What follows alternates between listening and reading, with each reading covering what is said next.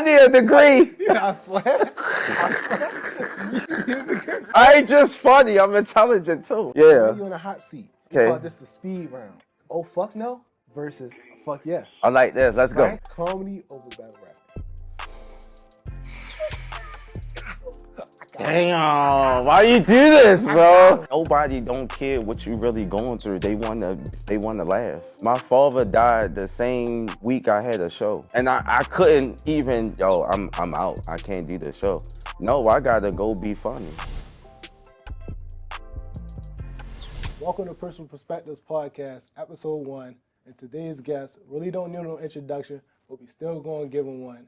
One of the funniest DMV comics in the area, and the battle rapper, also, my man, my brother, the myth, the man, the legend, Smurf. My guy, how you feeling? Guy, how you feeling? I feel great, man. Happy New Year's to you. Happy New Year's to you as well, you know what I'm saying? Thank you. So, I mean, having you on first, I want to say thank you for coming on, you know what I'm saying, because your time is valuable. And we're just going to jump right into it, but first, do you drink? Yes, I do. And it's 25, you feel me? Yeah. I'm gonna need me a little glass. Okay. We gonna talk today. All right, so I got some red wine right here. Mm-hmm. You know what I'm saying, for you. I don't really get into the liquor part. Yeah. You know what I'm saying? But if you want some liquor, we got some liquor for you too. You got some Remy? Yes. Ooh, this is a real one. You get him some Remy, please. You got a waiter? Well, you ever mix liquor and wine together? Oh, no.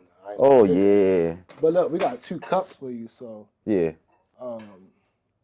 if you want to mix it, you can mix it. If you don't want to mix it, no. Okay. You can pour this yourself.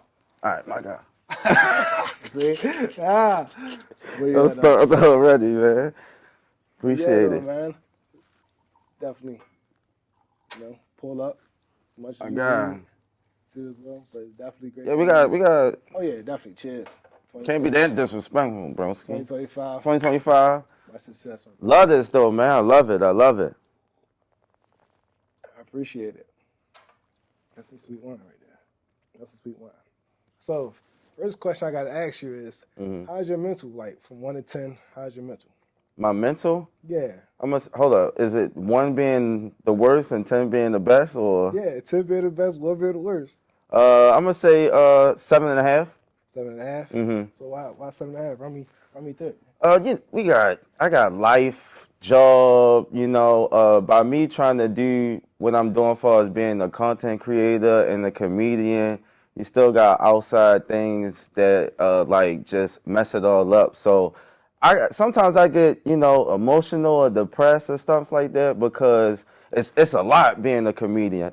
You gotta be funny every fucking day. Every day, you feel what I'm saying? So, you got days that you don't want to, but you still got to. Yeah. And, that's the mental part kicking. You just got to regroup and just, get yourself back up. Yeah, a couple of things you definitely said kind of entwine with my life too as well, you feel me? Okay. So I definitely I understand. So, I mean, let's talk about humble beginnings. What was it like before all this? You said home beginnings? Humble beginnings. Oh, okay. What was it like before all this? Like, before everything that you got going on for your content creating, being a comedian, and having a job. Mm-hmm. Like, run me through those things. Like, just trying to figure out who is Smurf. Okay. Who am I? Why I'm here? I got all these talents of, me battle rapping and just being a natural, funny guy, but what can I do with it? And that's one of them things that I was trying to figure out and find. Okay, yeah. So, how does, if I'm not mistaken, battle rapping was first? Yeah, battle rapping was first. How does a battle rapper transition into being a comedian? How does, and when do that take place? Because you're going from a world where, the outwards perspective, you're going from a world where it's serious, it's gangster, at any given time it can pop off if you say the wrong things, to transition into a comedian world. Where did that start at? Well, the battle rapping start first. My brother used to always listen to Wayne. That was like one of my favorite rappers when I was a kid. So by me just listening to Wayne and how good and creative he was with the bars and the similes, I started watching Smack DVDs with Murder Mook, and I was like, damn, this is interesting.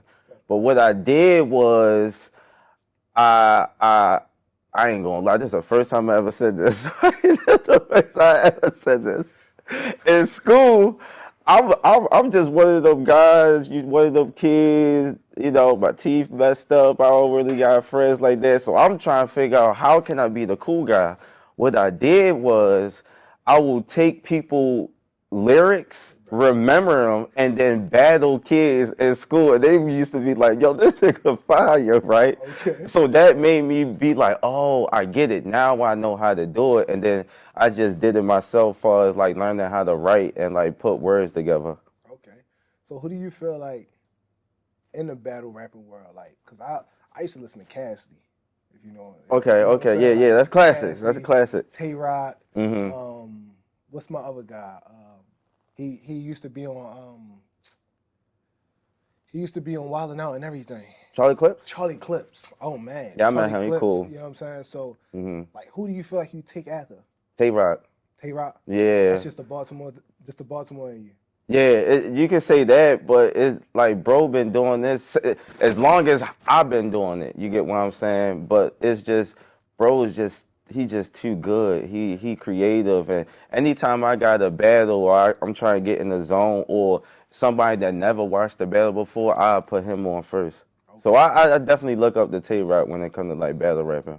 Okay. And so piggying back on like the transition period, right? Mm-hmm. So I'm understanding where the battle rapping came from. How does that transitional period to comedy comes in? Is this something like you growing up with your family and Mm-hmm. or your siblings? Because if I'm not mistaken, I did see before when I did my research, you had like you have 7 siblings. Yeah. And you said something about you being the middle child. So does Uh-huh. comedy fit in with those things or? Yeah, it do. And I was getting cracked on in school. I had to learn how to crack on people. Even being a middle child, like Yeah, bro, my teeth was crazy. It was I don't know when it happened, right, but once my teeth was messed up, I was getting picked on. right, So I couldn't sit in the corner and let let motherfuckers pick on me. yeah, So I had to learn how to be funny, and that's what helped me. right. So I'm a middle child, Okay. but my parents and they always tell me like I always been so quiet and in the corner. Mm-hmm. So Right. how does someone as the middle child? I was quiet in the corner too. How does that just get to a world where I'm in front of the camera? Because I had to mold myself into everything that I'm doing. I was always behind the camera. You know what I'm saying? Coming from a videography, photography standpoint, I'm just like to hear you be a middle child, Yeah. right? From 7 siblings, Mm-hmm. and you're a quiet kid. How does it travel to? Oh no, not me. I You know what I'm saying? like being entertained. I like entertainment. Okay. Yeah, I love it. Just to see people smile and have fun. If I can do that, then it's lit. Okay. So I want to get into like I definitely want to stay on topic, but I definitely want to take a side effect because I want the viewers to understand and to see exactly at like what point in life does growing up in Baltimore have you going through the artist way as typically what we usually do. You know what I'm saying? As far as having rappers and entertainers here. How does that for Brandon being that quiet child, how does that get you to there? Like was it a trial or tribulation or was it something that just had that spark into you where you like, okay, cool, like I gotta prove to my parents that I need to, or I gotta prove to myself, or is it like a coping mechanism? Like it's comedy or rap? Which one is a? Okay, I get what you. One thing about me, bro, when I come up with ideas, I actually listen to myself and I just try it. Okay. And once I try it, they be the ones that go up and blow the roof off. Like I never would have thought I was gonna be one of the best battle rappers in the city. I never would have thought I was gonna be one of the top comedians in the city. But one thing I did, I just tried it and it worked. Okay. So yeah. Okay. Okay. So I seen a lot of viral reels. Uh-huh. You know what I'm saying? With Cause like it's not even look for real, right? Uh-huh. Like I can ask you this question, but growing up, bro, back on the Vine days, Mm-hmm. this white boy Rick character, or white boy Matt White boy character, Matt, yeah. white boy Matt character, right? Mm-hmm. But you know what I'm saying? I remember other people used to actually put the baby powder on their face and really go back and mock the same exact thing that you're doing. So like Uh-huh.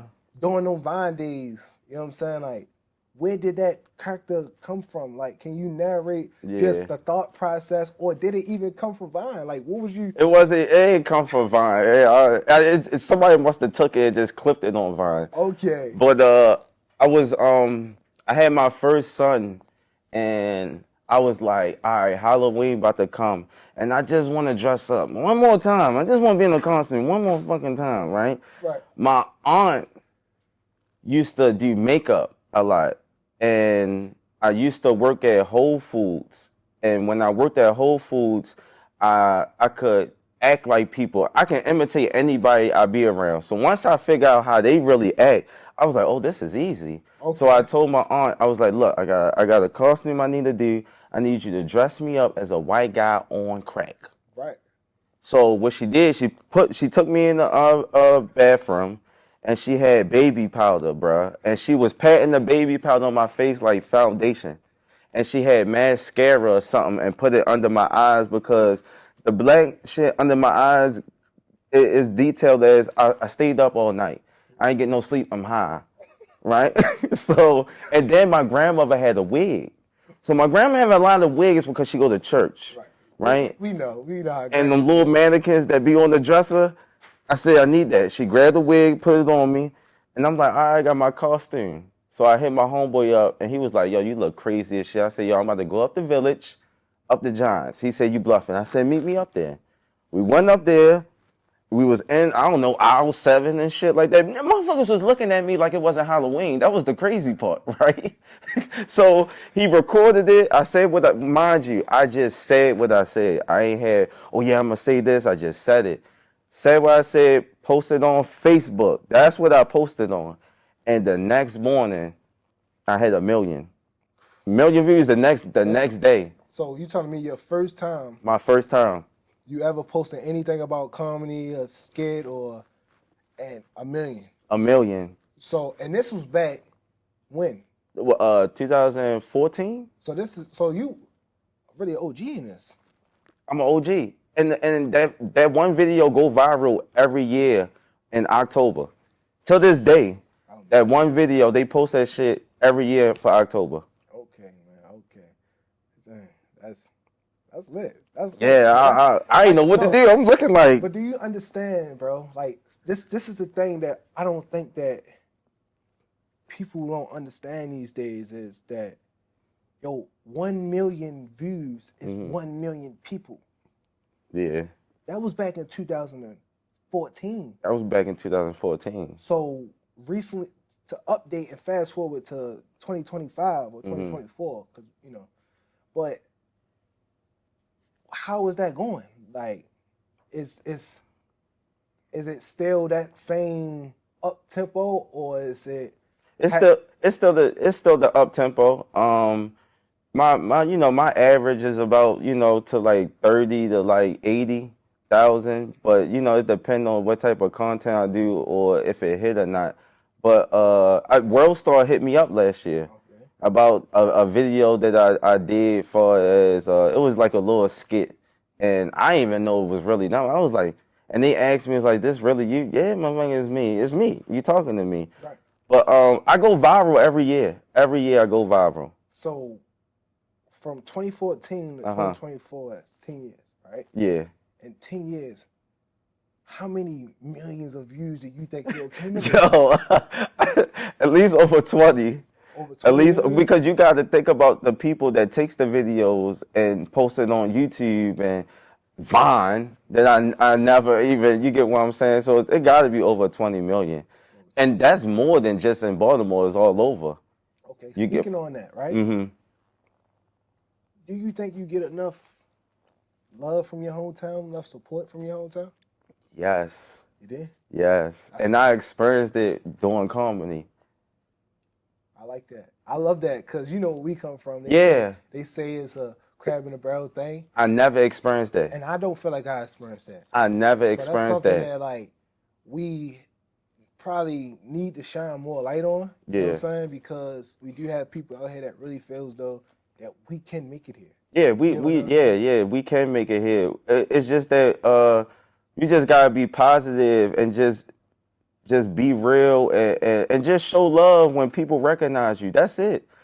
Because when I'm out in public and people come to me, that motivates me to do more videos. Right. Because of what you said in the beginning with the mind, bro, life be life and sometimes, but people come up to you and they give you love and that's motivation to me. Okay. So do you always feel like you have to be funny when you step out?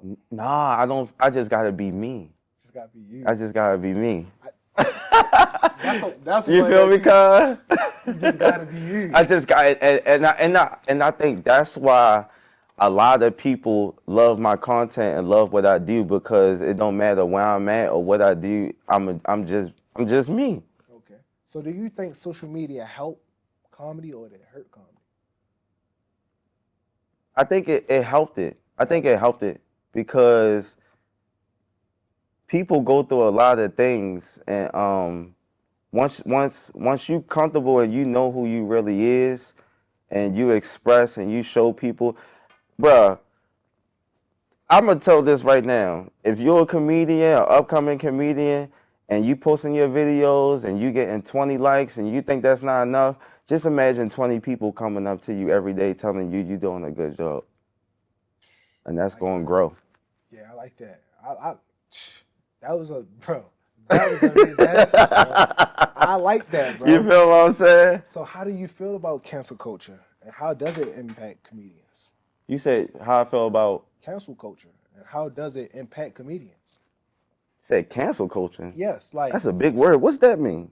like okay, you saying the wrong thing and then the culture canceling you. Like, you know what I'm saying? Like, so at one point in time, they said that Cat Williams was using drugs and things like that, right? Mm-hmm. And for a period of time, people start to fall back or start to look at him a certain type of way. Or if you say something out of term that the people don't feel like, they'll cancel you. So how do you feel about that? I don't feel about nothing, man. People be too emotional. But it's just, yeah, but when it comes to comedy, it's like you can say anything.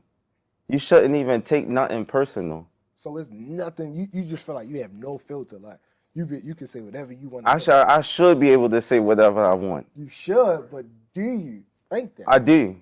Okay. Because I did something like I do it. Look, I get blocks. I get my live taken away from me because I speak the truth, and it's just no other way around that. And if you don't accept what I'm saying, then it's like go on somebody else's page and enjoy that. But over here, we're gonna talk about real. And if it hurts your feelings, then it must be true. So what is like one of the, if you could piggyback and just think about all the stories that you ever did or had, or what is one of those ones where you like got yourself in trouble with like your comedy thing? I did I did a video on Food Depot over east. I was telling how they got rats and roaches and they nasty and that meat expire and all that other stuff, right? I posted a video probably like a couple days later. A girl hit me up in my DM. She was like, "Yo, I work for pest control, Right. and we had a meet, and they showed your video on the TV, and we got to go to that market next week or whatever." So I'm like, "Damn, you got pest control going on?" So I'm like, when you go, let me know what happened. So they did their little job, and she hit me back, and she was like, "Yo, the health inspector came, and they found 77 rats." And they shut the whole market down for like what 6 months, and a girl aunt worked there, right? So the girl hit me up and she was like, "My aunt don't got no job no more, and she can't pay my card no because of you." So you telling me that a full review? Just a review. All right, so just a review Yeah, just a review of the market. of the market changed a lot within that market. So I mean, Yeah. in a sense, it could stop jobs, but Yeah. It's saving lives. saving lives. That's what I'm. So it's like, is it Ah. a curse? I know, right? Is it a gift or is it a curse? It's kind of it's a gift But I know because it's a gift coming from your standpoint. You know what I'm saying? in But the black neighborhoods that these stores are in, you get what I'm saying? Because if you take that shit up Towson, it ain't you get what I'm saying? It's gonna be it's probably be cleaner, fresher, or whatever the case may be because of what's around it. Now, if you put that up on Greenmount or whatever, nobody ain't gonna really care because the environment that is in, and it's a black neighborhood and a community. But these is where our aunts and uncles and grandmothers shop at. You get what I'm saying? And they wondering why they sick and they don't feel good or whatever the case may be. It's because they eating expired food, man. I'm gonna expose that. They lucky they don't do secret shoppers no more, bro. I definitely have employee of the that month. might gotta be a segment you can create for yourself though. Like some Ah, content stuff. secret shopper. Secret shopper.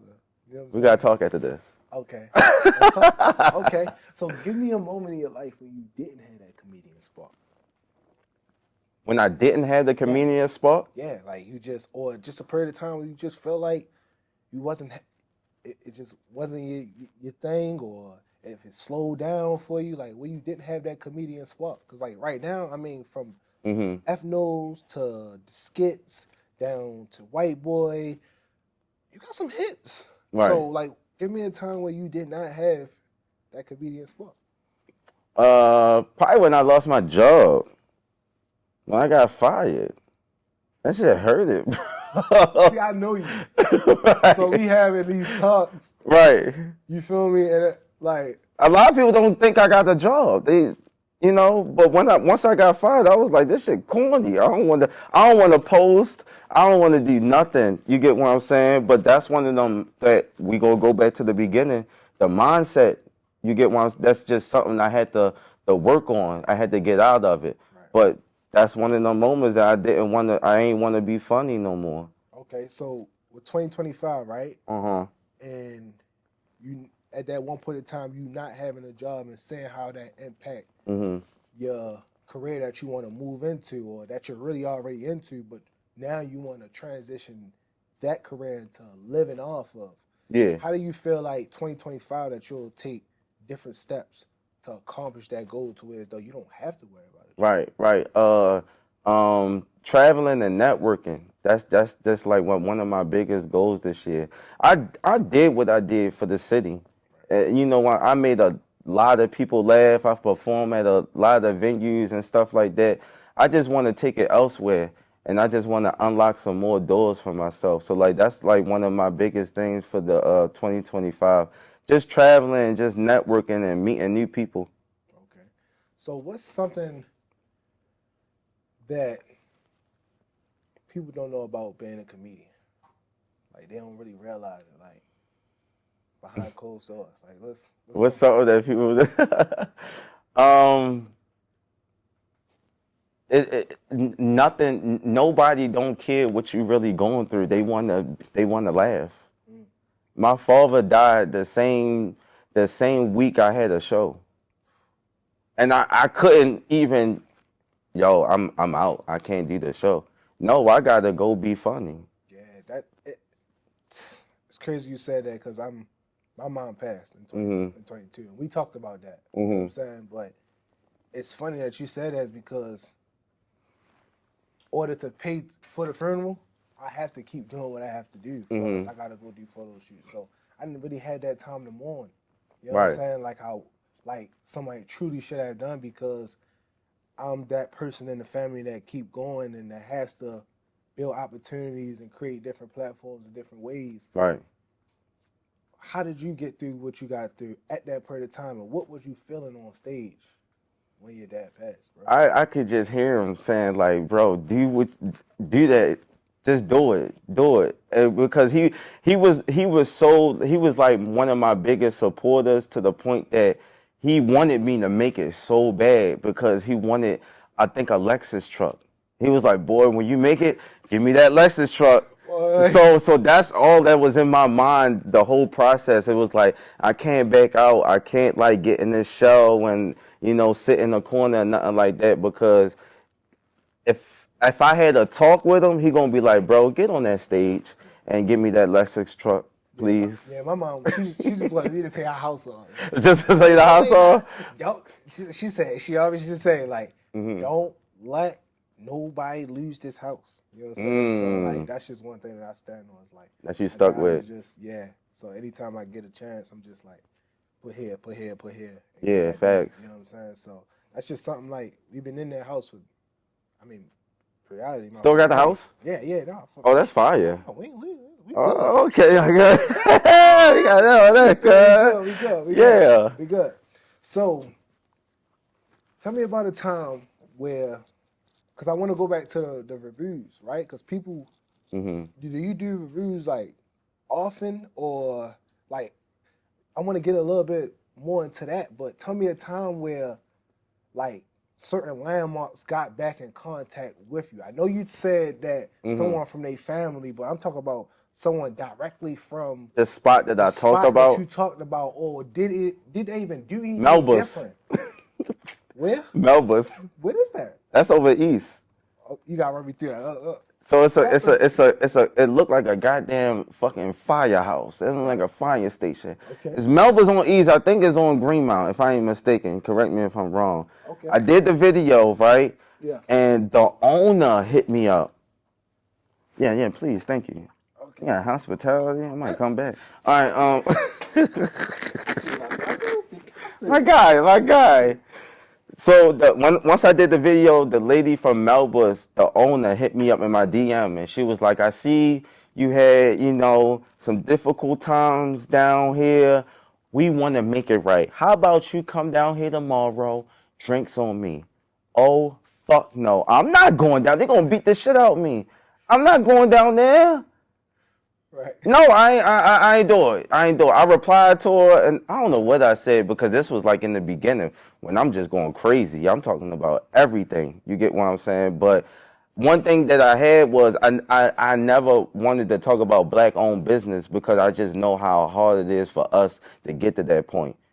But if I ever been there and that shit was fucked up, just know I'm gonna talk about you. Okay. You feel me? But Yeah. that Melba's was one of the places I never went down there. I've been there before, but I didn't go when she told me to go. I was scared. I ain't gonna lie. Okay.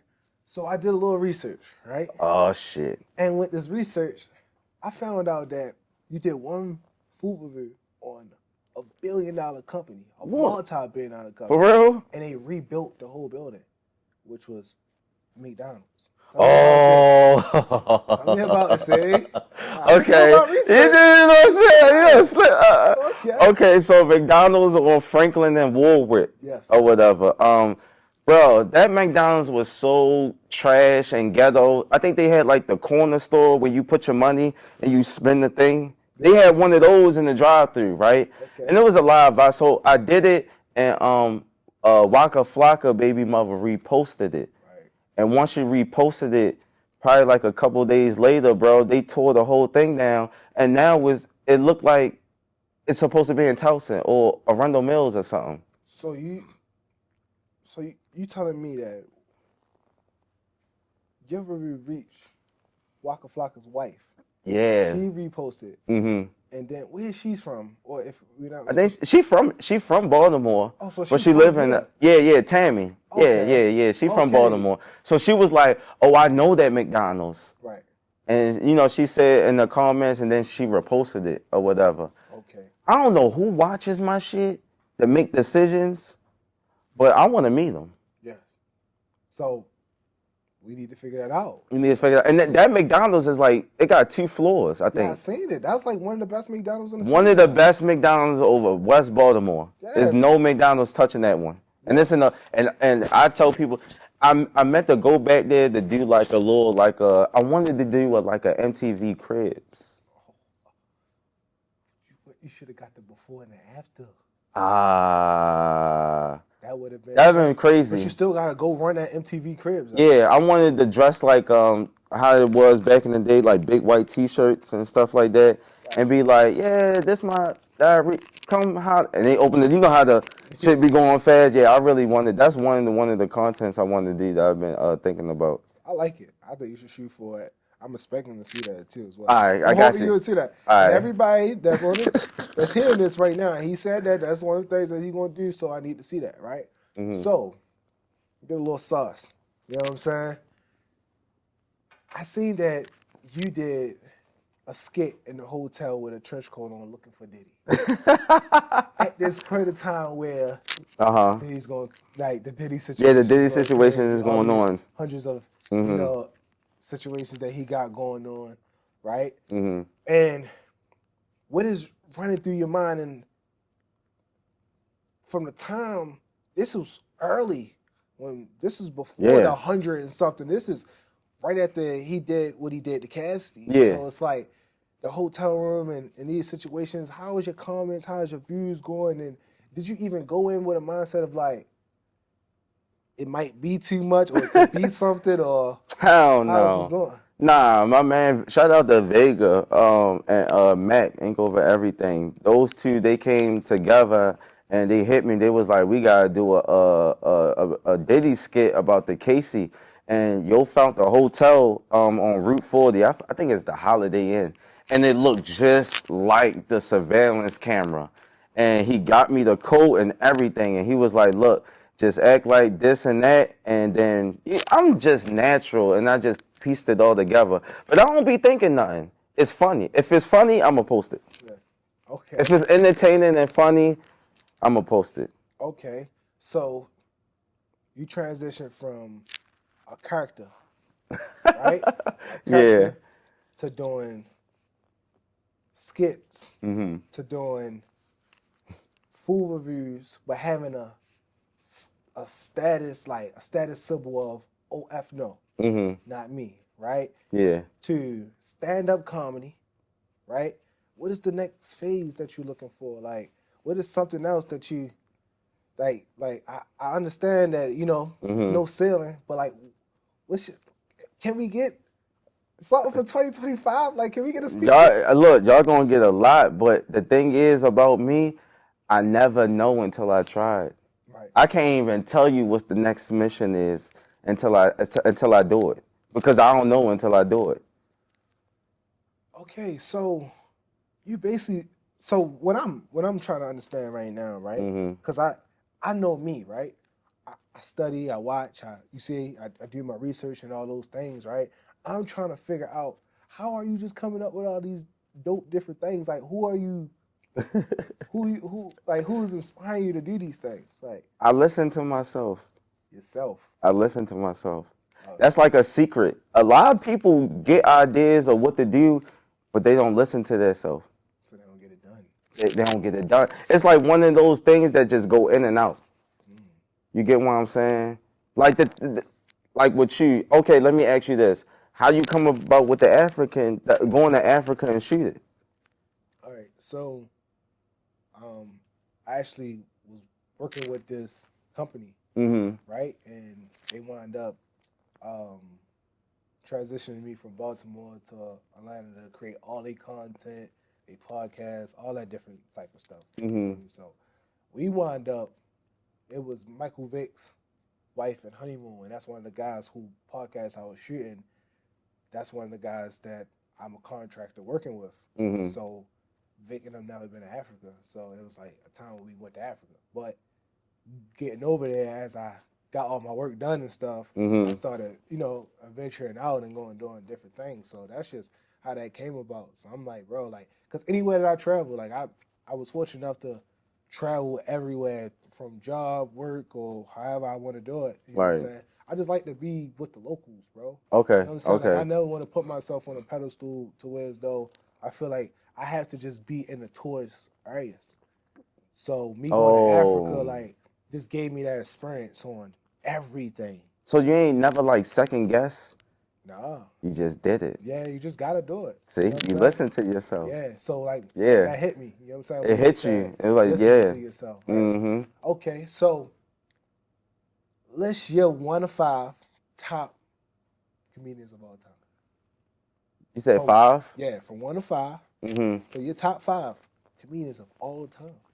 I'm gonna say Dave Chappelle, Mike Epps, Bernie Mac, um,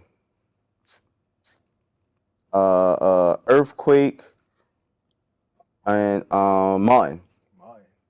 So no Eddie Murphy, no Richard Pryor, no. I ain't grow up on it. My mother loved them. My mother loved Richard Pryor, but I never sat there and watched it. So you never seen the Eddie Murphy? You never seen I the red level Eddie Murphy? So I you never come. watched So the what about the? red Richard Pryor. So what about the Kevin Hart's? Oh, I love Kevin Hart. You know what I'm saying? But he like a 6 man. He like his 6 man. Yeah, yeah, yeah. He's He's like your Jordan great. Crawford. Yeah. Kevin Hart is great. He awesome. You get what I'm saying? It's just that the people that I really watch, because before I have a show, I'll watch Mike Epps. The day before. The day before I got a comedy show, I just sit there and watch Mike Epps.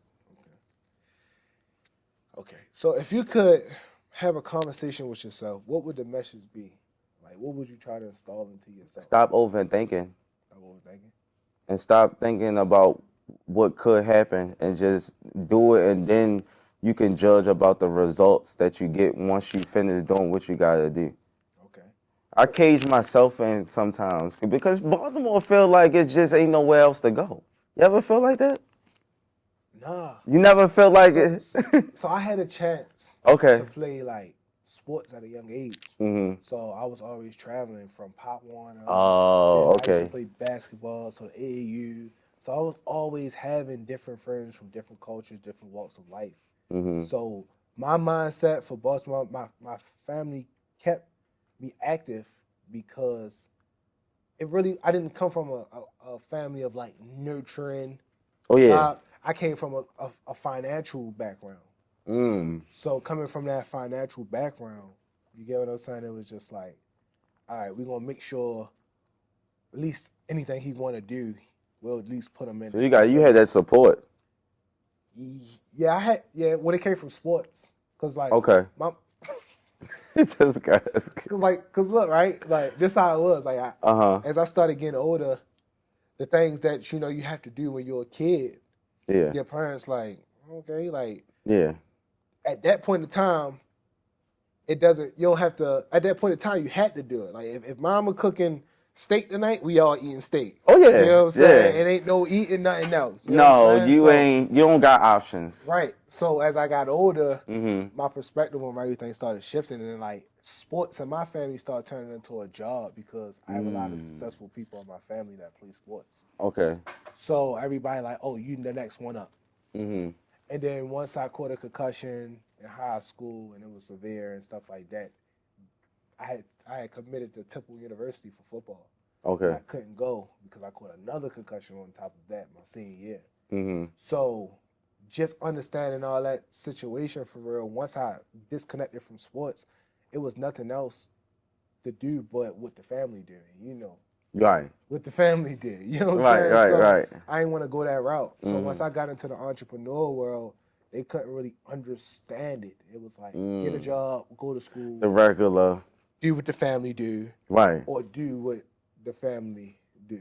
Right. I got You know what you. I'm saying? So that's just kind of what the situation was. So I really ain't had a support later on in life, but like from that 1 to like 14, and then from 14 to like 18 was like, all right, it started turning to a job.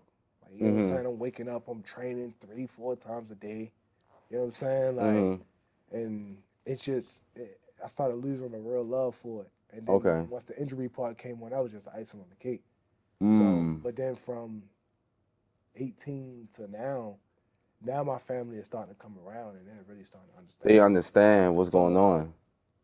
With me ask you that question, like, how does your family like understand it? Are they understanding you and where you're coming from, or is it like oh, we got a celebrity in the family and they think you already at the top, or how? My family actually proud. They happy of what I'm doing. You get what I'm saying? All the the trials and tribulations of how, bruh, my childhood was crazy. Like just growing up and living with my grandmother and having a bunch of cousins and kids in one house, like that feat to how when you in a house with your cousins, you guys sleep a certain way, your feet to face, and that person, like, yeah, I experienced all that. So it's like now that I'm on TV or I'm on YouTube and I go outside and people recognize me, they proud, they happy. You get what I'm saying? So it's like the love is there. You get me? They definitely support me in a way that what I'm doing for real. And I'm the only one. Because everybody else got the regular family things going on as far as the job, and nobody else is entertaining and on the level in my family but me. Wow. So do you feel like that's pressure? Like, do you feel like this is a thing where I have to make it because now my family view me in this light, and this is the things that I didn't put on social media, and I can't stop now? Is that a motivational thing, or do that even help you be disciplined and to being persistent and consistent with doing this? No, that lands on my kids. I don't even think about like my family when it comes to that point. When it comes to that point, for us, like I'm doing it. Nah, I just do it for my kids because they the ones that watch me and they the ones that gotta, like, you feel what I'm saying, like go to school or whatever the case may be to be like, yeah, I want to be like daddy. So like I do this for my kids. Like, but when it come to my family, they gonna love me regardless, either I make it or if I don't. They just know, like, bro, you did some shit that nobody never did. You get what I'm saying? So yeah. Yeah, I like that. I like that. So if you can get a people just a message, right? That's wanting to start this or start anything in life, like, or just honestly just from day to day basis of staying disciplined and motivated on what they're doing. Like, what would that be? Like, what would that one message be? Believe in yourself. That's it. Just it. That's Nothing it. else. Believe nothing else. Believe in yourself. When I started the OFN, not me, my cousin, he striked it on stocks on the stock market, and he bought a building downtown. I was working at John Hopkins. He was like, bruh, I give you more of what you're making if you come down here and do the camera work or whatever. So I did it. I left, went down there, did the camera because we was talking about stocks. But I was so used to I'm getting paid to be on camera talking about stocks. So once I took that and I made it as I might just show everybody how I feel about certain things. And once I did that, it went up. So it's just like, just believe in yourself and just go for it. That's the only advice I got. Listen and believe. I like that. Because once you listen, you know where to go. And once you believe, you articulate in your mind to push yourself in where you want to go. I like that. I like that. Oh, God. I need a degree. Yeah, I swear. I swear. You need a degree.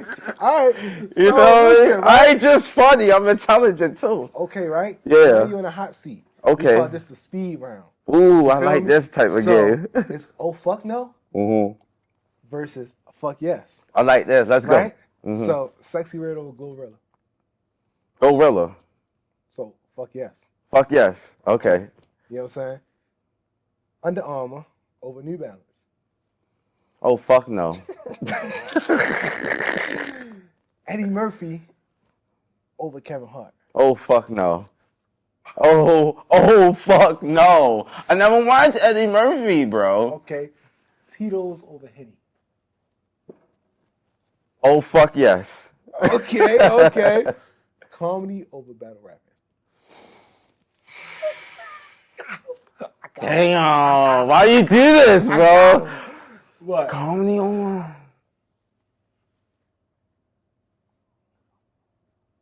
Oh, fuck yes. Comedy over battle rapping? Yeah, Oh, comedy on man. back rap, yeah. Last one. A prenup over 4 assets. So like in a marriage. Okay. Instead of prenup, so we don't get her. Oh, fuck yes. We gotta get that prenup.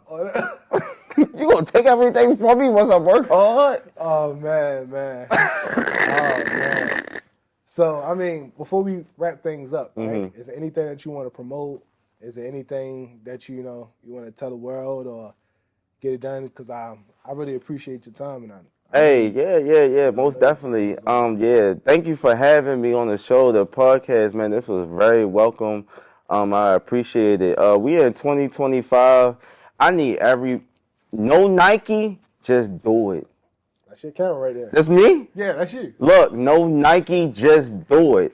The reasons why I went from 4,000 to 85,000 followers in 2 years, I just did it. Don't have your close friends. You get what I'm saying? The ones that motivate you and to push you. You get what I'm saying? But anything else, this is your world. You create it, and you make the decisions of what's going on around you. And if you don't do what you're supposed to do, then you just gonna stand and you comfortable. So whatever you can maintain is what you can improve. And if you can't maintain it, you're gonna lose it. So just do what you gotta do. That's the advice. Okay, and tell them folks how can they find you on all social media platforms. All social media. Hey, look, on Instagram, you can find me at TheRealSmirf. THE, not the DA. Okay? I graduated. I got a little diploma. All right? THE, TheRealSmirf, SMIRF. You can find me on TikTok. Oh, fuck no, not me. And YouTube, just type in Smurf, SMIRF, and you're going to be entertained. You feel me? Thank you, my brother. Hey, man, appreciate you. Likewise. My guy. You did. Yep. Wrap it up. That was fire. That was We fire. could have went like 5 hours. No, that's